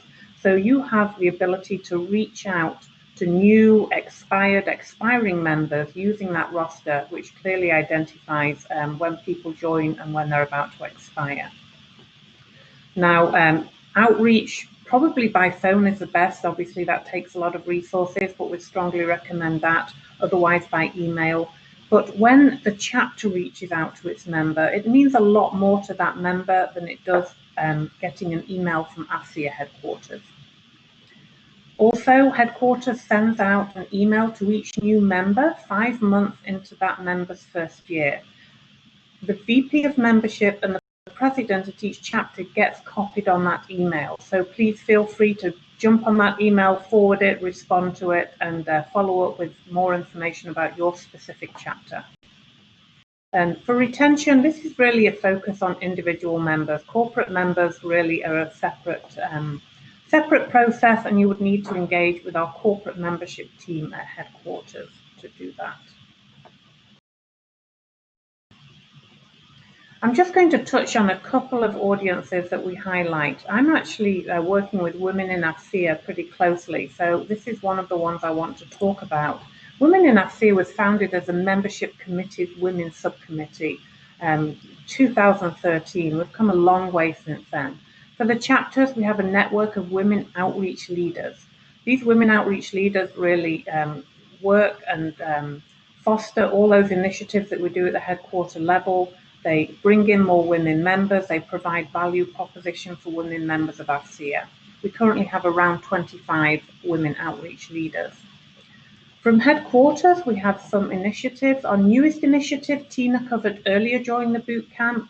We have a virtual forum on women in the workforce, a journey in STEM.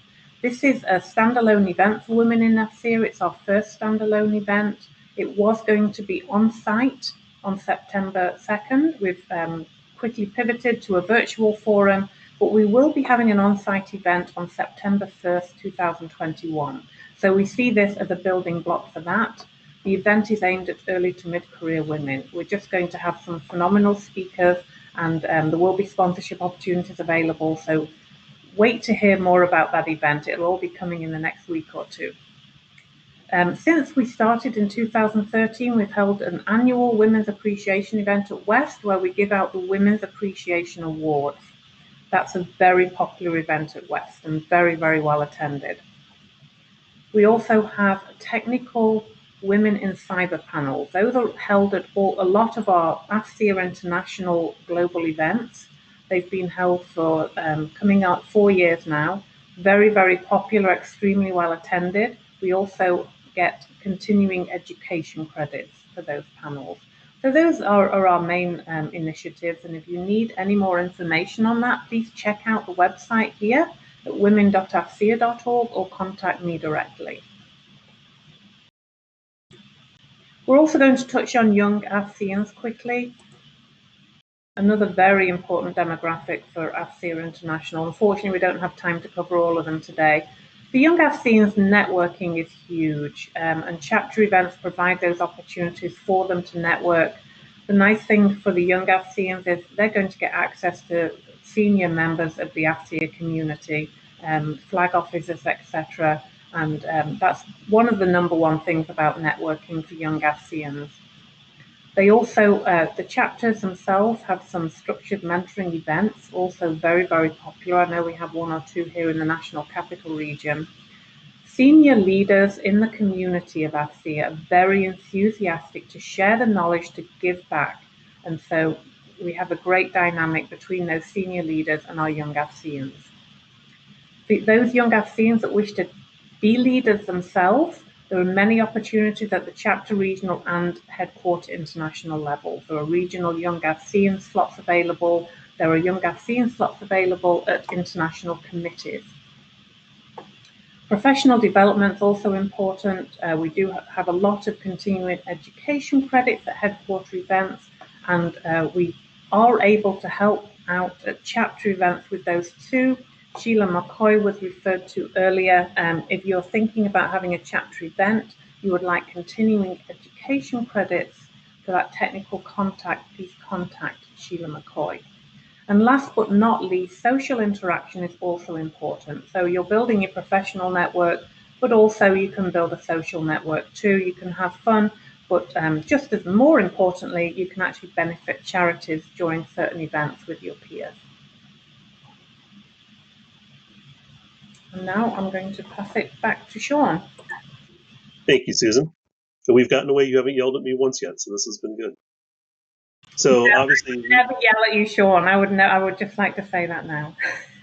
So I'm glad that Susan was able to talk about individual membership, and obviously the other side of the coin here is corporate membership. So companies join AFCEA for a wide variety of reasons. One is to just be part of an association with a rich heritage and history, but it provides companies tremendous visibility. So our corporate members are listed online in the corporate directory.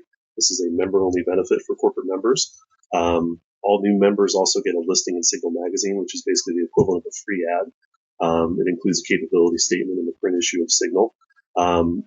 Sustaining members, which is the highest level of AFCEA corporate membership, get a listing in Signal magazine every month. So it's tremendous visibility. Wanted to hit on something real quick, and that is the difference between AFCEA corporate membership and chapter sponsorship at the local level. So there's always some confusion about this. But they are different things. Companies can be both, and we actually encourage this. But only AFCEA corporate members receive the membership benefits offered at the international level. So chapter sponsorships are great. They cover single events or a series of events, and it provides great visibility at the local level. Corporate membership with AFCEA International provides benefits and visibility across the entire enterprise. So those benefits translate to international events and other things as well. Again, I wanted to just touch on something that Tina mentioned before, corporate associates. So those are the free individual memberships that come as part of corporate membership benefits. As Tina mentioned, there are a lot of companies that don't have their rosters completely full. You can find information about the corporate members in your area by going to the chapter officer tools and checking on the corporate roster. This will give you a listing of all the companies in your local area. It'll give you the corporate POC, and it'll also give you the number of associate slots that the company is entitled to and the number that they have filled. So this is really low-hanging fruit. There's no cost to the company to add associates to fill that roster. And this is an easy way for your chapter to help grow membership.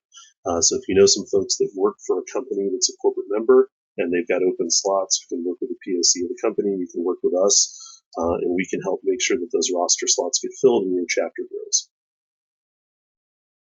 This one is our finder's fee. It's basically our slide that says, let us give you our money. So corporate members that are recruited by chapters, it entitles the chapter to apply for a finder's fee. So this only applies for brand new corporate members. It does not apply for renewing members. All the information about this is available on the Chapter Officer Tools under Finder's Fee. As Tina mentioned, Shantae Russell is our Director for Corporate Membership. All you need to do is send Shantae an email, and all the details are on the Chapter Officer Tools. Just send her an email that says, hey, this company is about to join, or I just talked to this company and they're interested. And that's all you need to do. Once the company joins, we'll take it from there, and you get a finder's fee for recruiting a new corporate member. So again, it's an easy way to help grow membership and also provide some revenue back to your chapter. Also want to talk quickly about small business. I know Tina talked about this as well. So Elizabeth Moon heads up our small business team here at headquarters, and they do a tremendous job. So 70% of our AFCEA corporate members are small businesses. So we like to say that AFCEA, or small business, is big with AFCEA.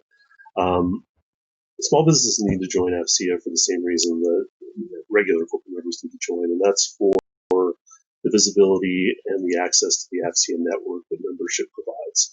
But small businesses do get some additional benefits as well. They get significant discounts on registration for international events, for exhibits, and for sponsorships as well. One thing I wanted to touch on are the small business events that Tina mentioned earlier. These are all member-only events. And so this is something for chapters to pay attention to and maybe try to model after. We were warned that by going member-only for small business events that it would hurt attendance, and the opposite has actually been true. So attendance in some cases has increased, and we've also recruited new members as part of each event. So it is possible to do member-only events. Our small business team is a great example of doing that and doing that successfully. And with that, I think that was an awful lot of information over 2 hours. So I'm going to turn it back to Tina now. It hasn't been so long since I've seen you, Tina, but I still missed you. And now we're going to do a little bit of Q&A before we wrap things up. So Tina, over to you. Okay, great, Sean. So we've tried to answer a lot of the questions as we've gone through this, but we just wanted to leave a few minutes at the end to see if there was anything specific that we have not answered that you are wondering about. And Sean is going to, at the end of this section, he is going to announce the winners of the free memberships from last week's email. So you'll want to stay tuned throughout the Q&A, so you'll be part of that. So a couple of things while you're putting your questions in that I wanted to address. We had some questions. Will this be recorded? Yes, it will be recorded, and the link will be provided, I think Jim said, by Monday, and it will be on the chapter bootcamp page. Another question, can all the attendee chat comments be shared? No, because great question. Thank you for that. But we've had a number of people just sort of share private things going on with their chapters that we're not going to share the whole attendee chat. And we certainly appreciate the comments, positive comments of feedback about this session that we've gotten in the attendee chat as well. Another question that came in is, can we provide the links in one document that have been shared through today's session throughout attendee chat? The answer to that is yes. Sean, let's plan on sending out an email as a follow-up to all the people that were invited to this. And in that follow-up email, we will provide all of the links that we provided in the attendee chat, and of course, the link to the bootcamp website. Sean mentioned Shantae Russell, who heads up our industry. If someone, one of our team could just add Shantae's email into the attendee chat, it's S. Russell, for those of you who are just taking notes and not on just doing video at this point and won't see it in the attendee chat. But anything to do with corporate membership, just feel free to reach out to Shantae Russell, as Sean mentioned, and her email just popped up on the attendee chat window. So thank you for that, Jim. Sean mentioned the small business events. How can you get more information on small business events? Great question. Go to the AFCEA small business page, and there's a link to events there. And then check it early and often, because there's a lot going on with our small businesses. Something else came up. Peter mentioned that he was going to be focusing on ROTC. That is a great idea, and that is an area that we have is a very underrepresented area in AFCEA. So chapters locally reaching out to your universities and your ROTC programs is an awesome way to get more young FCNs. They're our future. They're right in our sweet spot. So terrific idea to reach out and expand on your ROTC program. Let's see, a couple other questions.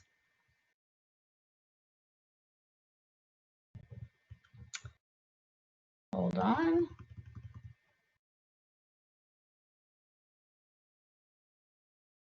Sean, I'm going to toss this one to you. For free memberships, for the student memberships, will there ever be a way to automatically add new members to a chapter for free, opposed to manually emailing names each time? No, at this point, as part of the service center process and to have a chain that's easily auditable, we've got to process the memberships manually at this time. But we will look to see if there's any process improvement to that over time. But right now, membership applications to me, and we go through our service center just to make sure that everything's properly tracked and entered into the system correctly. Okay, super. So there's a question about, is there information on how to get a company into the academic category in AFCEA? Yes, when a company is an academic organization and they join AFCEA, then our team reaches out to them to fill out their corporate profile. When they identify themselves as an academic institution, they will be listed in the subheader. And when you do a keyword search for academia, it would pop up in the AFCEA directory. Let's see other questions. Okay, Sheila on our team is asking us to please post the link to submit chapter sessions for the CE review. So if one of our folks can add that, if we don't add it into the attendee chat, we'll certainly add it in our follow-up because chapters certainly need to know how to submit their chapter sessions for CE review. Okay, I love this one from Joe. Shameless plug. Major General Yi, Assistant to the Director of DISA, will be leading a panel for the chapter's virtual luncheon on the 15th of July for the AFCEA Tampa organization. So again, this is a great way for cross-collaboration. If your chapter would be interested in cross-collaborating with the Tampa chapter, go to afceatampa.org and you'll get information, or you can reach out. You'll get information for the chapter president and other folks on their leadership from that website. You can reach out to them for the link to the chapter information for that chapter luncheon featuring Major General Yi, and send that out to your database. It's a way to provide great content to your members and a way to keep your chapter relevant. And it's an easy way to do it because you get to just leverage what the AFCEA Tampa chapter is doing. Okay, another question. Hoping to hear more about the Drupal system. Is making a Drupal site something that can be done in chapter officer tools? So Jim, I think, Jim, are you still on? Let's toss that one to you. Sure, I am. Yeah, we typically would deploy the Drupal site with the default template, plugins, visuals, graphics, all your chapter news, calendar data, all of that for you, and hand you the keys, and then give you full access to maintain it and tweak it from there. And as I'd mentioned in the chat earlier, there's a complete video series online as to how a chapter officer, even with really no CMS experience, could jump in and do basic page edits, create event registrations, scholarship registrations, do all of that using the platform. So we'd like to hand you the keys to the car, basically, and say, here you go, drive it off the lot. Jim and his team are amazing at supporting our chapters with their technology needs. So reach out to Jim. I don't think they sleep. I've seen chapters reach out and Jim responds at 2 o'clock on a Saturday morning. So great resource. Reach out to Jim. Can you speak a bit about how chapters can contribute to assisting our government partners on earning their CLPs? Great question, Bill. Sheila McCoy eats, sleeps, and breathes this stuff. So Sheila is the best bet to talk to about assisting your government partners on this. Sheila McCoy, we provided her email address earlier. It's S as in Sheila, McCoy, MCCOY @afcea.org. We will also include her email address in our follow-up. Reach out to Sheila. Just like I said about our small business page, visit it early and often. Reach out to Sheila early and often. She loves helping our chapters with their continuing education. Jim's email, jgriggs, J as in Jim, GRIGGS @afcea.org. Oh, Sheila's reminding me we also have stuff about continuing education on the bootcamp page. And Jim just added his email into the attendee chat. So I have 1 minute left, and I think we've hit most of these. Again, all of you who texted us things or sent into attendee chat, positive comments throughout this thing. This session took a lot of work, and kudos to Sean and Susan and the team for putting this on. Sean, a lot of information that we provided to the chapters, a lot of work on your part to make this happen. I love this. I'm seeing these little icons of clapping and thumbs up going along the bottom. I hope you're seeing them as well, everybody. Certainly great feedback, Sean. Appreciate what you do for all of our chapters and taking the time to put this boot camp together. I love the fact that it's virtual now. Again, another one of the positive things that has come out of COVID-19. It's just been able to provide this information to a much broader audience. So thank you, Sean, for all of your work to make this happen. I think you should take the next 2 days off to relax. And I'm going to send it back over to you to close us out. Thank you, everyone, for your time. Thank you for all that you do for AFCEA. We couldn't do what we do at headquarters and be the great association that we are without you. So you are valued, you are appreciated, and you are the face of AFCEA to your communities. Thank you for what you do.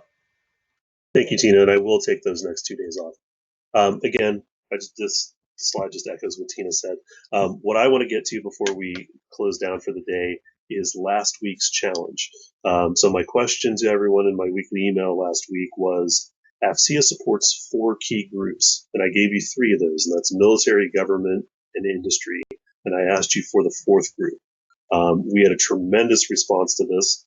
And the winning chapter, or the winning participant, was Lynn Mills from the Tidewater chapter, who correctly knew that academia was the 4th group that AFCEA supports. So congratulations to Lynn and to the Tidewater chapter.